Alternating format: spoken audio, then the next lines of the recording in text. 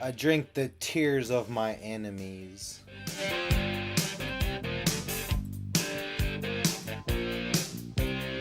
Yeah, buddy. You're down in Bryan's world. Look at them yo-yos, that's the way you do it. You play the guitar on the MTV. That ain't working, that's the way you do it. Money for nothing and your chicks for free. Now that ain't working, that's the way you do it. Let me tell you, them guys ain't dumb.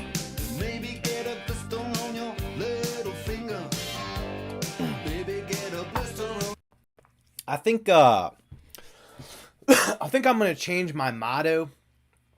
Instead of work hard and have fun in life, I think I've stepped it up a notch. I think money for nothing and your chicks for free. You get your money for nothing. Doing something you enjoy, doing something fun.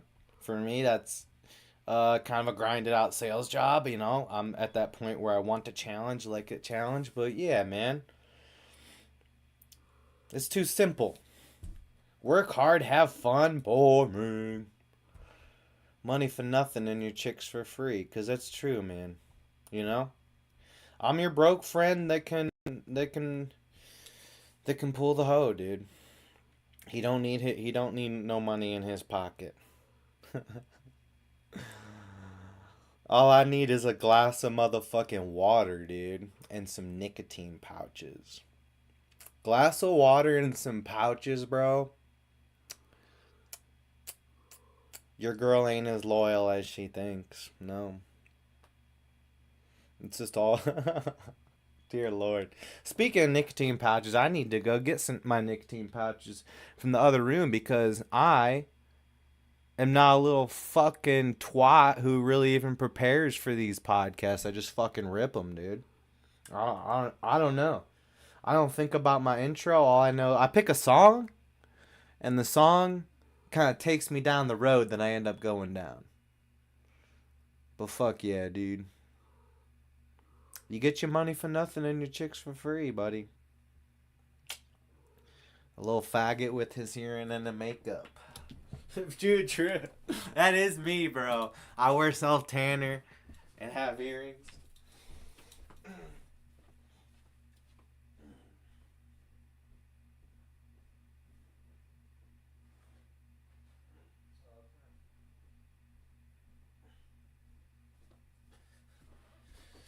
It's like you guys can call me gay for wearing self tanner and putting, a lotion on my face that makes my skin tanned, but I get fucking oogled by bitches, dude.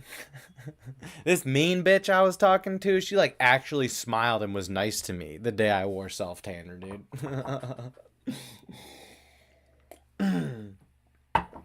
Fuck yeah, dude.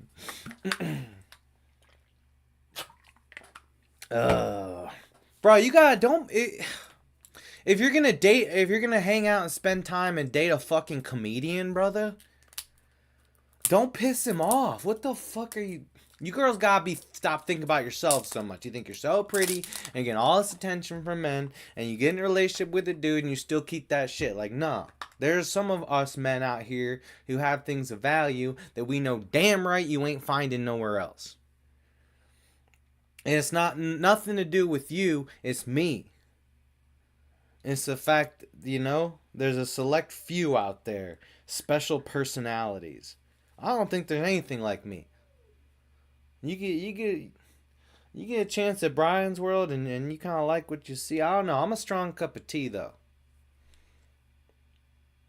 If you a dumb bitch, eventually I'm gonna sniff out the fact that you're a dumb bitch. You can front all you want. Well, I'm gonna sniff it out. You can try and hang with me, but I'm gonna sniff it out. I'm gonna figure shit out eventually, brother. That's just how it be. And that's how y'all gotta be. You gotta sniff shit out. Don't let your feelings overtake your nose and your intuition. When you feel evil and dark presence, that's not really something you should be attracted to. You should, you should understand what evil is and what the evil temptations are. Ooh. Gross. Just that. It's a lot of like the hypersexual world. It's so dark. So very dark. There's like the fun, sexy world, and then there's just like the dark. Where people are just gone, brother. Gone. Their minds. No shot at anything normal. Like deep web shit. You know what I'm saying? I was talking to this dude today, and he was like, man, last night I seen this thing. It was the most dystopian thing I ever seen, like Black Mirror.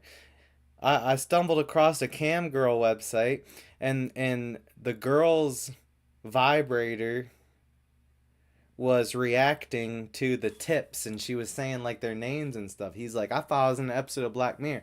I'm like, my guy. Dude, you're talking about the love sense. What? I know exactly what. Oh yeah, that's been around for a few years, man. Yeah, I know all about that, dude. It works up your butt too if you're a guy. Yeah, they send you tips, and he's like asking me like, "Wait, how do you know about that?" I'm like, "Yeah." They send you tips, you know. It responds to the tips. And you're just sitting there getting tips to get your prostate tangled.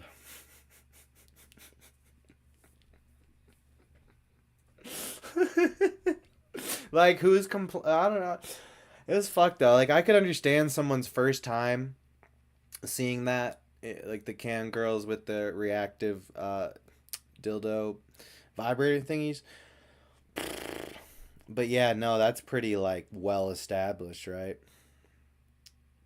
But now I'm starting to feel like maybe I'm a little fucked up, dude. Am I fucked up? Like, am I hypersexual? Oh no. I guess like I struggle with being friends with a woman, yeah, with like a random girl that I meet that's pretty. It's just it's just not gonna happen, bro. Like, you could pretend is never gonna happen. I'm either going for your heart or your pussy. Like, there is no friend zone with me, bro. I can't do it. It's just like not worth the time to actually sit there and listen to the dumb shit the young women of this generation have. And that is my experience, and I've been maybe unlucky, and I'm sure there's a lot of wonderful women out there that I'm now open to and have the opportunity to meet and spend time with. But yeah, no, I'm not. Again, that was a joke. I don't generalize based on even if I should generalize, even if in my experiences, I would say the best woman who had the most value as just a standard, like, traditional partner, I would say my ex-wife. I'd rank her pretty high. Shout out. Ex-lover wife. But yeah, no.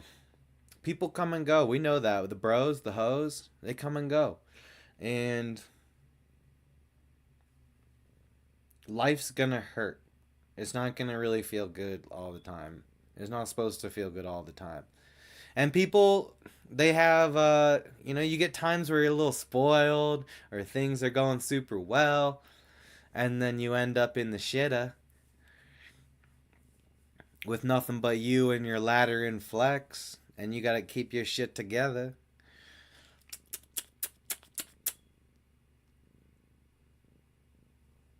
And that's never gonna stop happening. There's always gonna be another problem around the corner. And that's just reality. I'm not trying to be negative. I came up with a couple thoughts today. Like the concept of acceptable negativity. I came up with this myself. Remember how I came up with that term toxic positivity a while ago? Toxic positivity is things like those sweatshirts that say, "Dear person behind me, you are such a nice person and worthy," and all that. And it's like, Hell, fuck that shit. I'd rather have some shit that says "Eat my ass, motherfucker." I want one on the back that says "Eat my butt," and then it says, "I know you want to," because people do want to eat my butt, and I'm proud of it.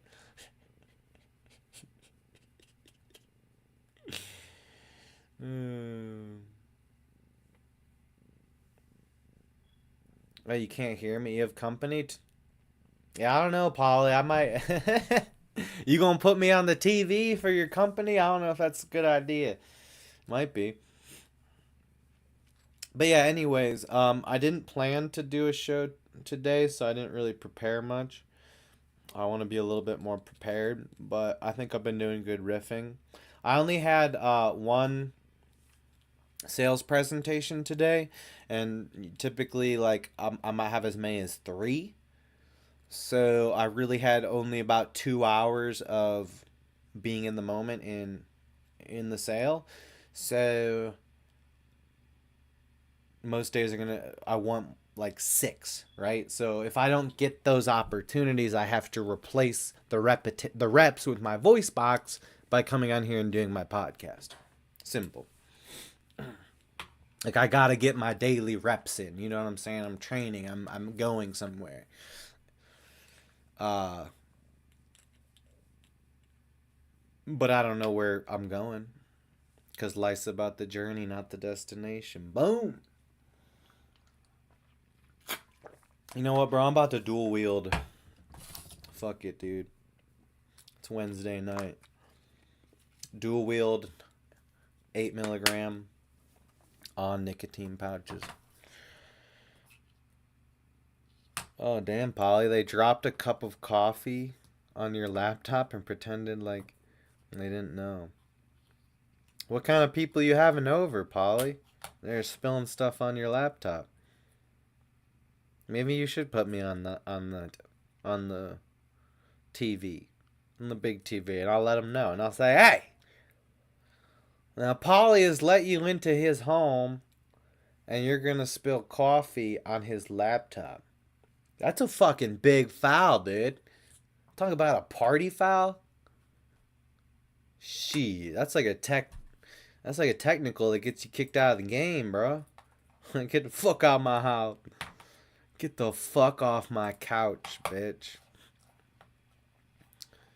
Yeah, I don't know, Polly. Sometimes coffee gets spilled on your laptop. Well, the laptop's probably fucked, isn't it?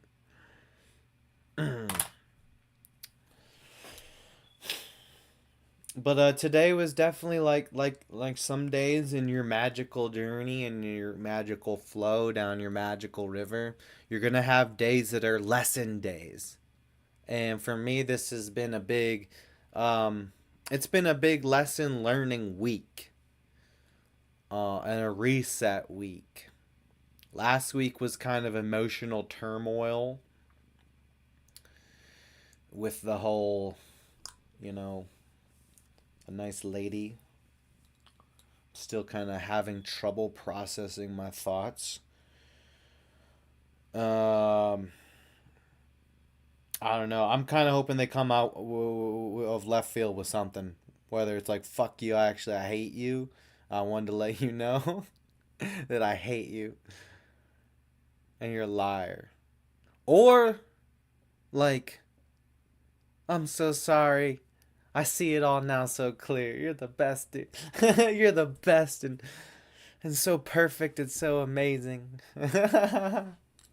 I'm just waiting for one of the two, because it could be either. And that's the fun. See, I like these gray situations where I don't know that this person, I don't know where they're at. I have no fucking idea at this point. Like, I don't know if they hate me. I don't know if they're madly in love with me. I don't know if they're somewhere in between. I don't know if they miss me. I don't know if they're glad that I'm gone, bro. No fucking clue. And that, embracing the gray, that's some out of the box matrix shit. And being like, this is a fun situation. Because it can be hard, because you want answers. Especially like me, I'm a gunslinger. Part of the reason I'm a gunslinger in life is because I struggle with staying in the gray. and staying in the chaos. I try to be, everything's got to be like black or white. And it took me years to figure out how to become the gray Jedi. And I would say the only thing I struggle with being gray on is romantic love. I still struggle, like, when I'm talking to a chick, I either want to know, like, is this going in the good direction? Is this going in the right direction? Do you like me or do you not like me? Just fucking tell me. Like, I don't care. I really, obviously, I want you to like me, but like, just tell me. And you're just not gonna really get that. I'm learning that that's not like, I don't know though. I've been in those situations where someone has made it obvious that they see me for the value of Bryan. And these are times too in the past before the whole glow up. You know, I look back at myself and you know, sometimes you look back at yourself. We all look back at ourselves. Sometimes positively and thinking how good the times were and how awesome things were going. But for me, it's much different. Like, it's all been uphill. Like, I've been like the stock market. You know, even though I have my crashes, bro, over a long period of time, that bitch is going up. I'm actually a stock market doomsday predictor. Um, I think that the stock market as a whole, when you look at the sheer amount of volume and dollars that are being exchanged each day based on speculation, I think the stock market as a whole is a speculative bubble, in my opinion. And I haven't read much about the stock market in a long time because I haven't given a fuck. But you know, I should get more back into things, right? I've been very obsessed with the internal lately and the spiritual world and also keeping things very clean and neat around me. But I've got that system down, you know, I've built that consistency so I can kind of start like implementing things. And when I say get back into the stock market, I mean more for research purposes. I'm not really interested in the rat race or the financial the competitive nature of wealth in terms of money. The wealth that I compete for is spiritual wealth. I compete every day for spiritual currency.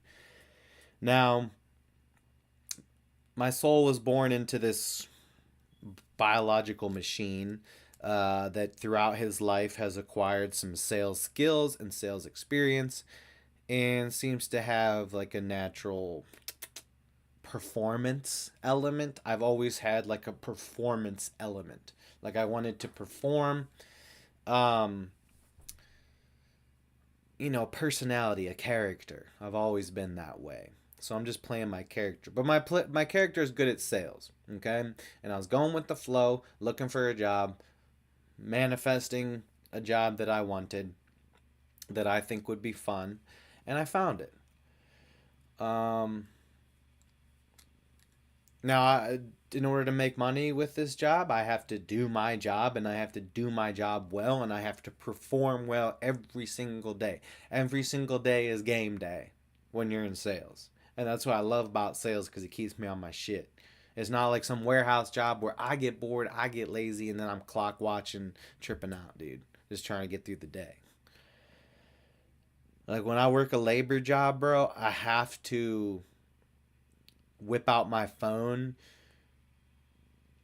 Let's say in an hour, I'll whip out my phone 6 to 7 times. Once I get good and get used to the job, this one was like shipping boxing stuff, pipes and putting it in a UPS label and all that shit, packaging, filling orders. But over time, it got very easy, very quickly. So my brain now is going to be doing two things. It's going to be doing its automated task, which it already understands at a high level, and then it's going to be looking for something else to do also.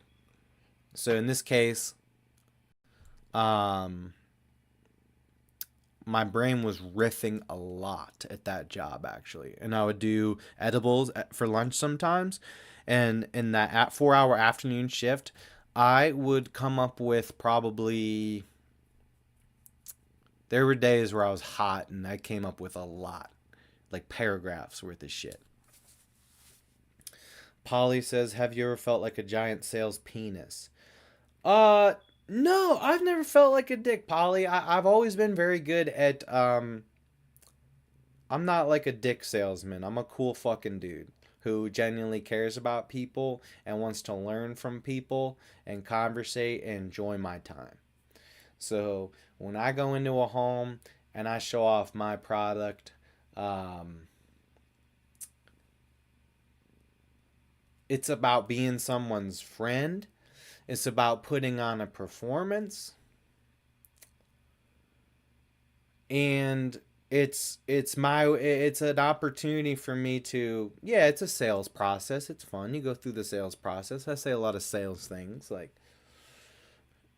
questions to help you identify buying signs and see where someone's at. Or in sales, you have to build ammunition to make the sale and ask for the right to have that person's business. So throughout the sales call, you'll ask a lot of kind of rhetorical type of obvious questions that sit in someone's head and helps them see the value in what you're selling. What I sell is expensive. It can be made affordable, but it's expensive. So I have to make sure, in order to earn someone's business, that I show the value of my product.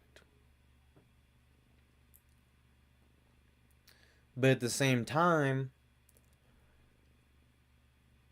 there's a lot of opportunities throughout that sales call to make someone smile and show interest in them.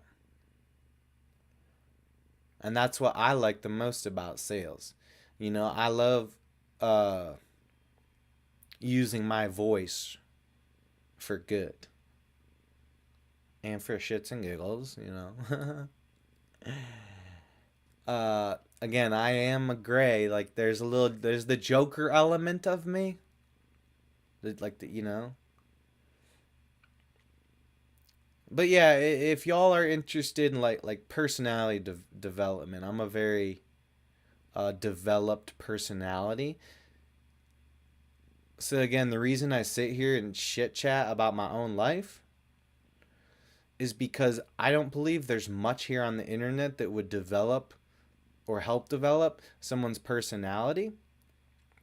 So hearing from someone that's busted outside this internet matrix and not feeding you the same stuff that you see over and over everywhere else in the same recycled topics, I think there's a lot of value in, you sell a Bryan. A Bryan ain't free. A Bryan is worth a lot. This Bryan ain't for free. And all I ask in return for currency is the opportunity to be heard and the opportunity to earn my spiritual currency by spreading good energy. And that's about as simple as it be. Like, as far as like my emotional centers and what I think of throughout the day, the only times I'm negative are if I have some kind of emotional turmoil that I'm sorting out in my head. And that would be like it usually it'd take me about maybe like 3 weeks to kind of sort things out if something real shitty happens that upsets me. But my brain over time will spin something and always spin things positively. That's what I've trained it to do.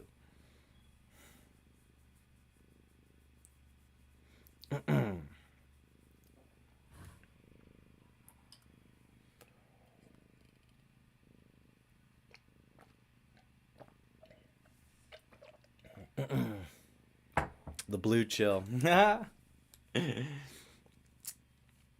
The blue chill pill. I don't know, Polly. I'm too red pilled. No, I took the blue poo. I took the blue pill and the red pill, and I crushed them up. And you know what? I'm not no basic bitch. Okay. You think, oh, I'm gonna crush up the blue pill and the red pill and snort it? That's what he's gonna say. No, we're going, we're going the hot route, buddy. We're throwing that quick slant to get the drugs right into our body. We need the blue pill and the red pill crushed up and funneled into our butt. It's called boofing. It's actually, I believe, what is it, water soluble substances? Anything that's water soluble, it's like a substance or a drug. It's going to hit you the quickest and the strongest through your butt, through the membranes and whatever's going on in there. Send it right up the prostate, dude. So yeah, I boofed the blue pill and the red pill, and now I'm on another level. But I'm not trying to see. You say those types of things like I'm on another level, and someone may assume like you're being egotistical. And when I say I'm on another level, I mean that as that I don't weigh certain things as heavily as the average man. And it doesn't matter whether it's food or romance or anything else. I just do not be regular, man. What did I have to eat today? I had an apple, 2 oranges, and a bagel, and 2 crackers. And I don't feel hangry or really too hungry. I mean, I took some caffeine and some kratom. I got nicotine pouches in, so some of those things are being kind of tapped on to suppress my hunger. Again, yeah, when it comes to romantic love, the ability to be sacrificial, not only for what you do for another person, but if you do need to exit the situation as well. Being able to sacrifice your love. And you know, if you're really infatuated with something, it's probably impossible to actually like you can't actually drain those feelings. I don't know. You think you can, but you don't. Like you tell yourself certain things about that person to make you feel better, but really you like them. And you know you do. And you can run, but you can't hide. That's the way she goes. But what you can do is you can take that energy and you can find somebody else who you think deserves it as well, if it isn't accepted. Very, very simple things, right? Polly asks, so are you saying you like your anal membrane penetrated? Wouldn't you like to know, Weatherboy? Yeah. Next question. All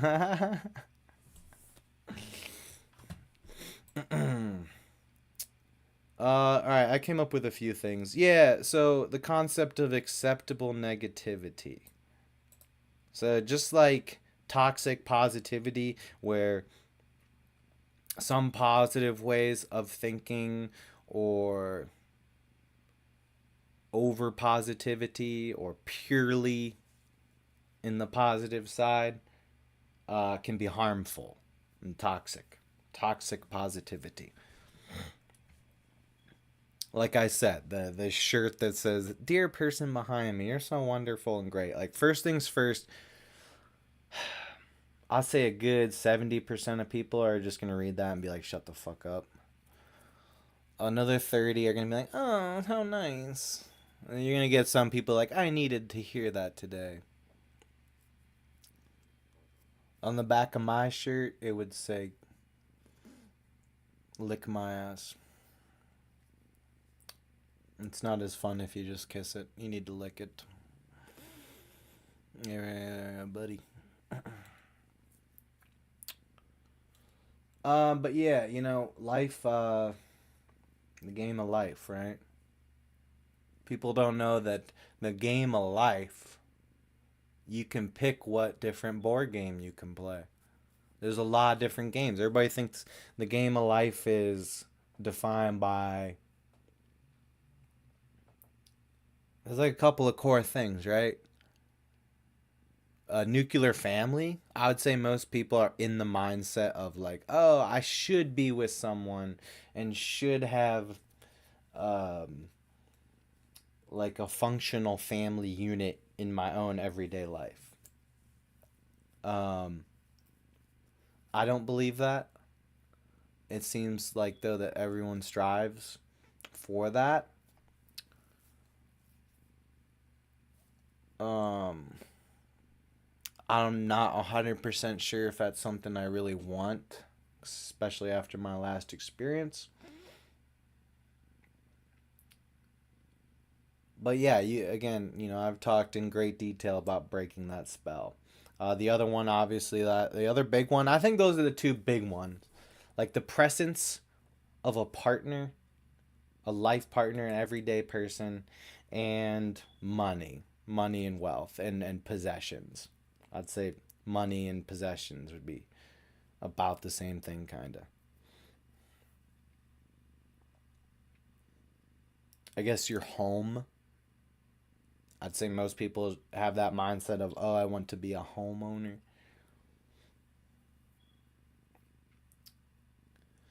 I mean, when it boils down to it, what do I want? Um,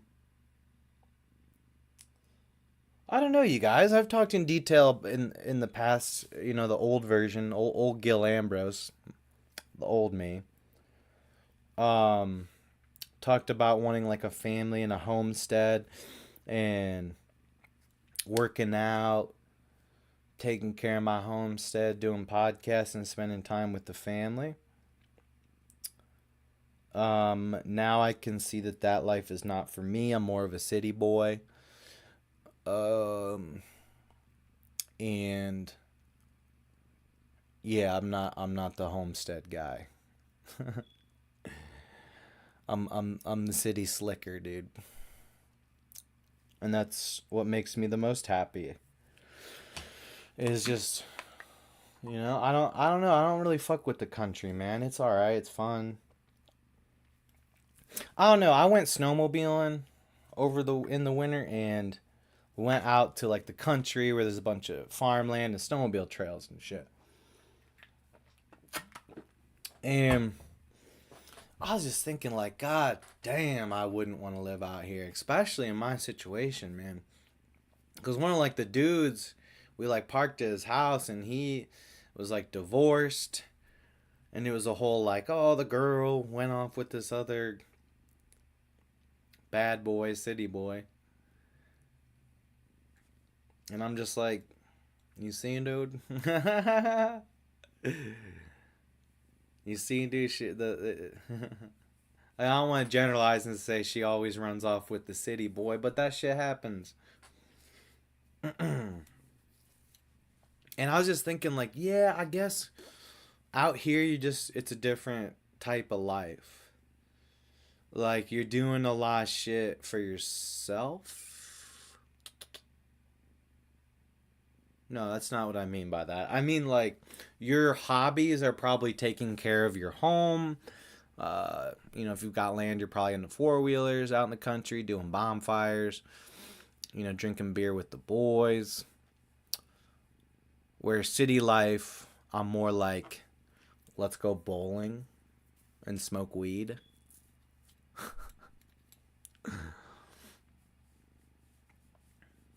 That's my new big red flag for dating. Oh, you never smoke weed? You think that smoking weed is bad? Oh, bye. I mean, you could get it. Ain't gonna tie me down unless you smoke devil's lettuce. I mean, it because I don't know the devil. I can never really get depressed or really sad or shitty. Like if I'm really down bad and really having a bad time, I will just get high. And do you know what happens? What do you think? You think I'm escaping? No, brother. If you got issues up in your head, you go get some booze if you want to escape. You drink alcohol if you want to escape that shit. And then although alcohol, like the first 8 beers, maybe I don't know, it's different for everybody, but there's like a level of escapism, but then it all comes back in worse. With weed, typically, you're gonna be a little self-critical. I remember like there was a time period I was doing a lot of podcast shows and I really wasn't toking and smoking much. This was before the dispensaries opened, so I'd occasionally just do like the Delta edibles. And there were times where I was stoned as fuck and I would second guess my content. I'd second guess everything. But now, for me, when I'm down bad, I want that second guess. Like, I actually want because my brain, again, I've talked about this. What do I do when I'm down bad? I figure out like the root problems. I write out my feelings. I get to the bottom of it. I make myself, I do something fun or enlightening or new or an activity that brings, lets me flow and grow. I actually literally find ways to grow myself when I get down bad. That's what I do. And I think that quitting alcohol and not drinking anymore, again, I had to because it's just not a good road for me. Like, drinking is just not for me anymore.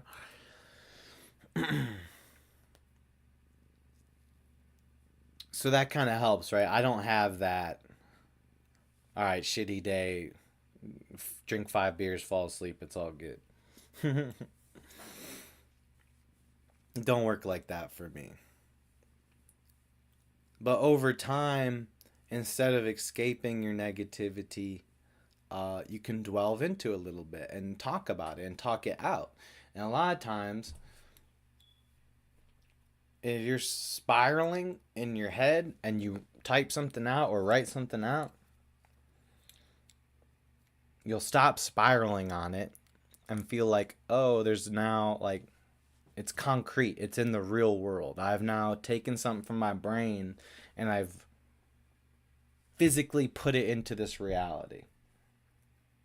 That's why, like, your manifestations, you don't want to just sit there and say, I manifest this and that and this and that. You want to actually write your shit down because it's somehow putting it into physical reality. But a lot of times with negativity, you can look back over your old shit and just be like, oh, like I was actually just thinking like that because I felt like this, and this is what led to that type of thinking. And now that I've gotten this out and processed these thoughts, I can see that that's not actually a good way of thinking. And that I was being maybe closed-minded or too open-minded or something in between, Or, I was generalizing and not being open to new opportunities. You can look back and see your own flaws if you write things out. And then you can work on that. I'll tell you right now, if everybody started writing, let's say half and half. You split me half and half. Half of the time that you usually go on social media, write, write, or just write, or type, or do it on your phone. Take notes, do something.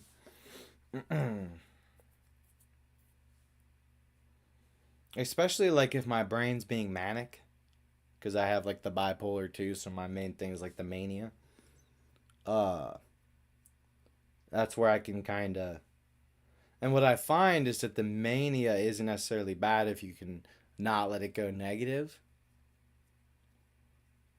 because you can have a lot of deep, intricate thoughts quickly, and if you write them down, then you can make a podcast out of it. No, for real though, honestly. And when you get into the habit of writing, you'll also get in the habit of writing down your positive shit. Or positive things you think about someone else. That helps you remember why you like someone, or why you're doing all this. You know what I'm saying? Uh-oh. What did I do? I just fucked something up. Oh, we're good. Liberty bibbity.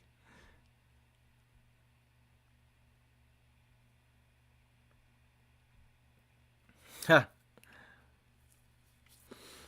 What is the end result you want? Can it be achieved with Slim Jims and donuts? Well, that's the thing, Polly. I don't have an end, and that's something I try to think out live in front of the world. You know, they say the ends justify the means, or the means justify the ends. Could go both ways.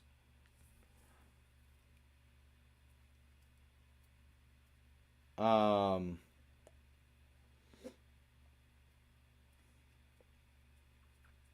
I want my opportunities. I get plenty. There's opportunities everywhere, every single day, and that's all I ask from the world, is that you throw me some opportunities to show them, to let them know, show them who I am.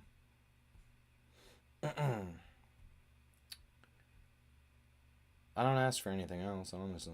Just give me the opportunity. I'll fucking rock it. They fucking know. They see it. But yeah, everyone thinks, not everyone, I'm sorry.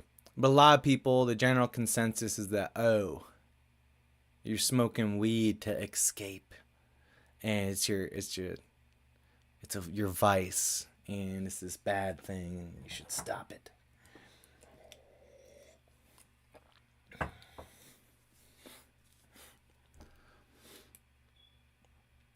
But it can be very useful for some people. For some people, like if you're a dumbass that wants to, I don't know. I don't really judge like that. But typically, I guess people are like, will be around someone who smokes weed and that person is like low functioning and doesn't inhibit many cognitive sharp abilities anyways, though. That's the thing.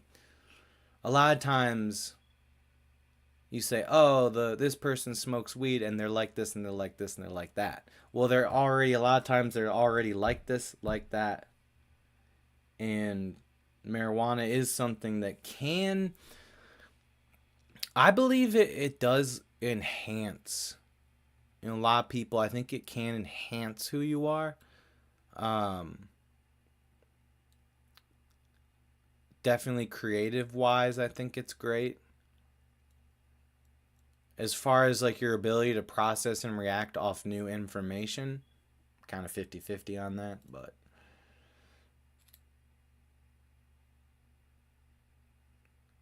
so yeah, I kind of joke about it and be like, "Oh, I'm a pothead. I can never be sag. I'll just get high." But behind that is not what you would think, at least for me. Not what it sounds like. That this guy be getting high and cleaning up his house, feeling good, taking a hot bath, cold shower, feeling like a boss and going out and writing things out. And a lot of times my communication will be goofy and fun. So I'll impact my peeps in a good way by being talkative and chatty and showing care and interest in them.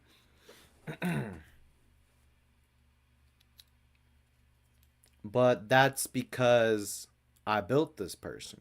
It's not like weed always affected me like that. It's because I made and I had some help in order to become the person I am that sits in front of you today.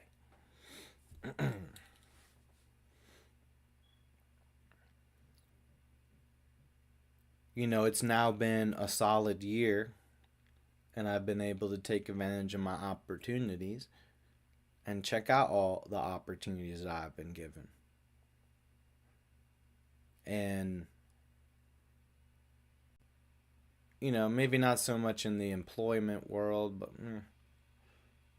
I have value, you know? I get to kind of pick and choose. I get to have a little more lax in terms of rules, you know?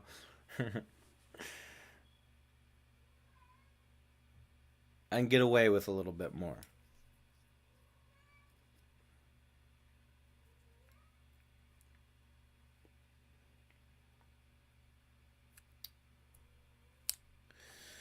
But yeah, what was I talking about? Oh, the stock market. What is the fucking Dow Jones?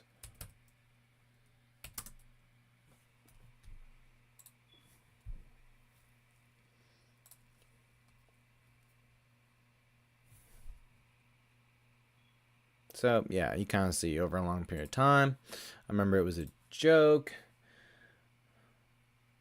Like Dow 40K. Of course, it did end up getting there. Okay, here's my issue with this. So, this is about as... I guess, was the Dow Jones, did that index start in 1985? Or is this just the max this has given us? I know there's a chart that will show, like, the stock market since the 1920s, and it's a similar thing. But you could look at this and say, all right, the stock market can't fail, blah, blah, blah. This right here is the housing market crash. So that's like probably what the biggest crash other than the pandemic recession.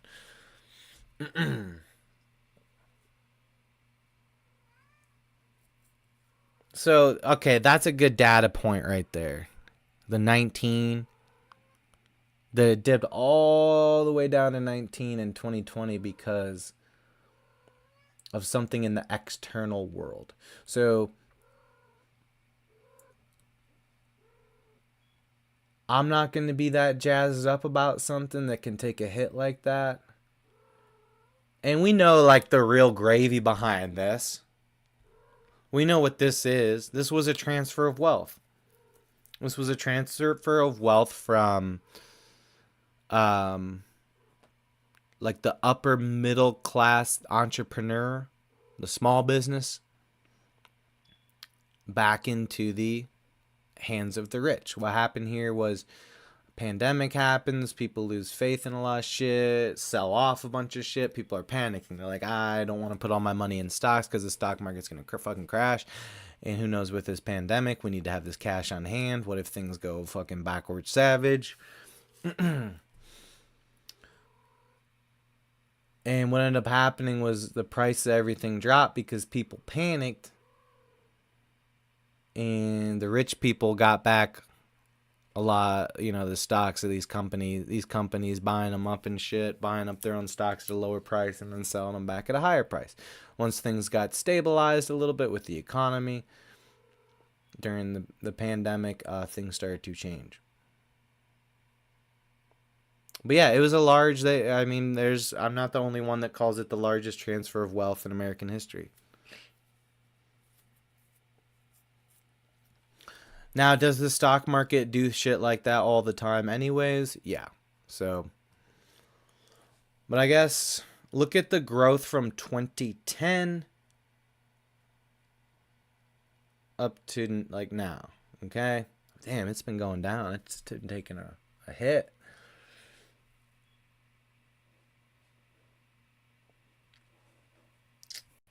But So if we can go from 10,000 on the Dow Jones Index all the way up to 44 in 13 years.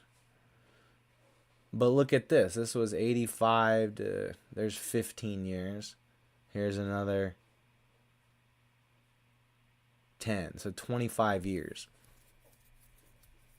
And what's gone on during this time period here? The rise of me and you being able to very easily trade stocks by downloading an app, as well as tech companies. And these tech companies they're the baddest, biggest things. You look at maybe like a NVIDIA or whoever, the hot semiconductor chip stocks and all that shit, and all the different apps and, your Teslas and everybody that's popped off.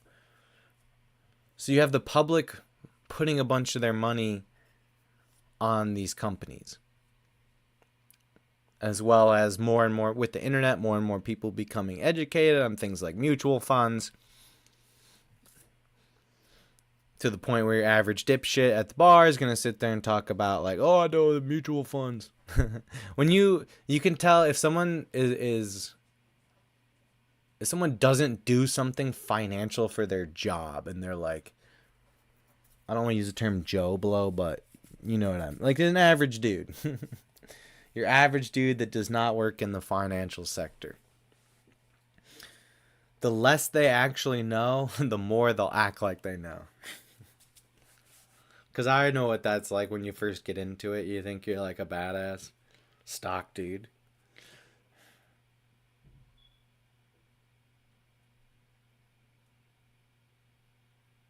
But yeah, I tend to be a decent speculator. So like, I'd potentially have the skills to be decent at the stock market. But I think it's like rooted in greed and evil, and that's why the greed has driven this up. And that's why I think greed and being kind of promised something from these companies. Like, oh, if you invest in this stock, oh, look, it's going to go way up. Can never stop. Or now the market gets pretty hectic. Like, it's not just buying and selling. There's options tradings and after hours dark pool trading. Buyouts,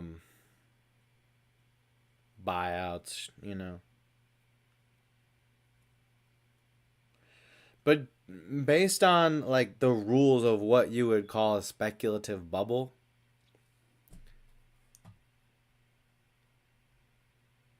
wouldn't that going from 10 when this hovered like around 10 for over a decade,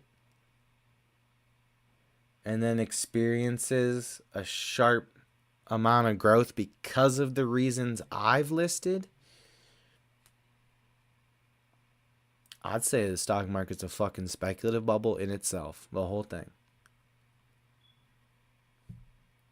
And I'm wondering if that opinion, like how am I just some dumbass at home saying that because something I see here on a chart or something like I came up with, and I'm an idiot, or is this something people are actually saying?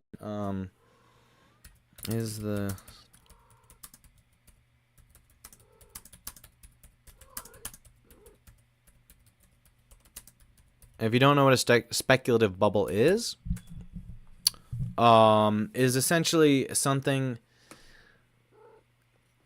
that the value of it has been raised artificially, and the value of the item is not based on the value that the item actually has, but the market and what the market has done and overrated it. The OG speculative bubble story would be like the tulip craze. There was a tulip like the flowers, a tulip. And there's this, this was back in like the 1800s or some shit. Anyways, the prices of these tulips went crazy, bro. People were just paying so much money for these stupid tulips because it was like a status. And they were said, oh, they're so rare. These tulips are so rare. And they're just fucking tulips, bro.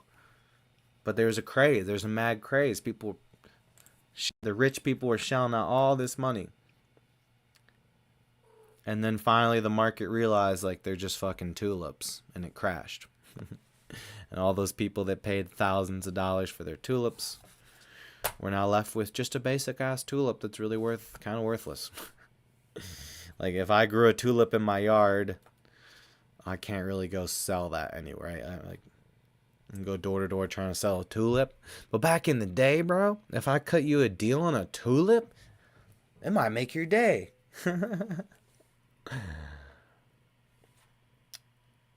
Alright, let's check this out. Let's see what the AI overview says. I hate this shit, but it is useful. While there are varying opinions and no definitive consensus, the stock market as a whole is not currently widely considered to be in a speculative bubble. Okay. Some analysts believe valuations are less extravagant compared to a few years ago. However, there's a strong belief that some sectors like AI-related stocks might be overvalued due to inflated expectations. Yeah, because you're going to get a lot. Bro, all you had to really do with AI was, say AI made this, and a bunch of people, like, they're going to run to these stocks, man.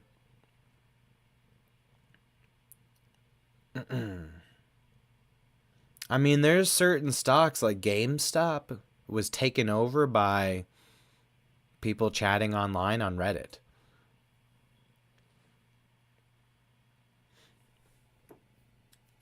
You know, it can be very much a shit show and a crapshoot, because even if you're investing in something that is producing a valuable product and making big profit margins, you still are kind of tied.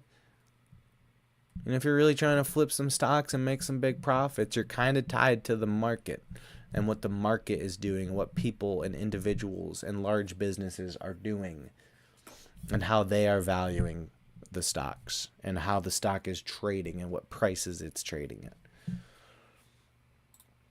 But yeah, let's take a look. Some analysts point to the current valuations, which is blah, blah, blah, the Shiller ratio, which is historically high levels. Dude, Schiller's a OG. Finance on OG. I actually know who that is. He's a homie. Nah, he was a teacher, like professor, business, a bunch of experience in the financial world. I watched some of his, when I was in school for finance, I would watch some of his lectures. Robert Shiller, I think. He was a G. I fucked with him. One source says that the current average is more than 3 standard deviations above its historical mean, signaling an overvalued market. That's kind of what my brain did when it saw this. Like, I was so good at college statistics, bro. I was him. But yeah, my brain was literally just like, brother, that's definitely 3 standard deviations outside of the mean, making it a statistical outlier, meaning that it's fucking bubble, dude.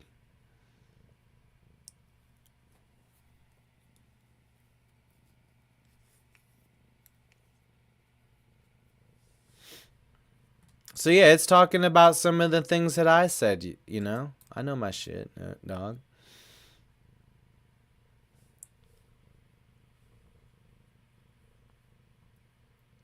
Investors chase prices regardless of their intrinsic value. There's a lot of that happening.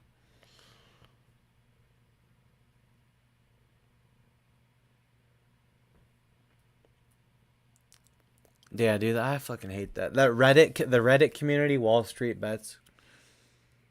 Every time, like, I don't know, it got to the point, Reddit just started annoying me. I like see a post on there, and the only thing I think of is being in the same room as that person, and as they were typing that post, if I could like slam their phone in their fucking face, dude. I'll be on some Sean Strickland shit, dude.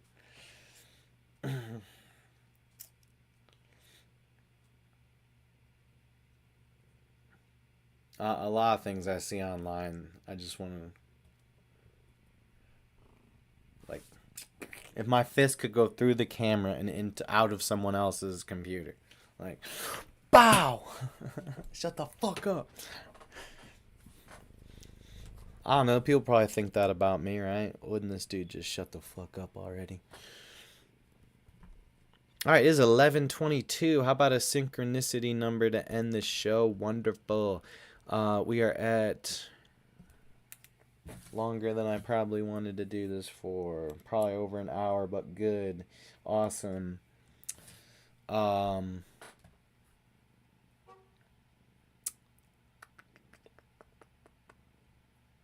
me think here.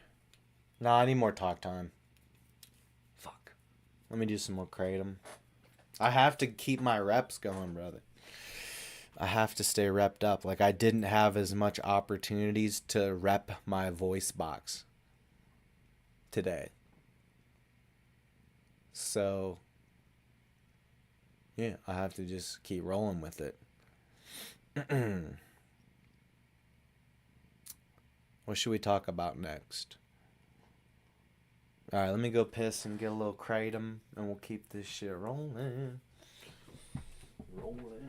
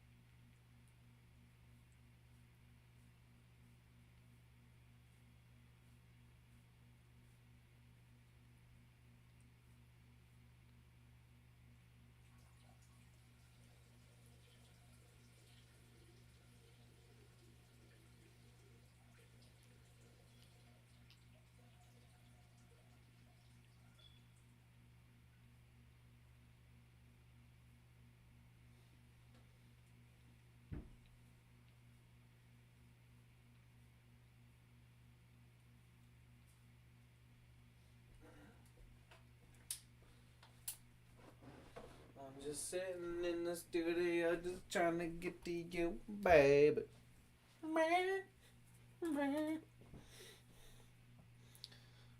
But this. Would you get out of my chair? What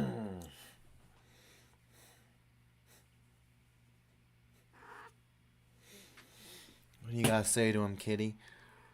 What do you want to say? I love kitty and my kitty love me.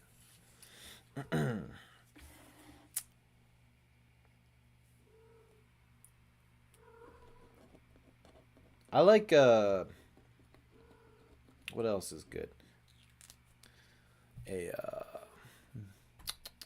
What was I gonna say? Fuck. Damn. Well, I'm retarded.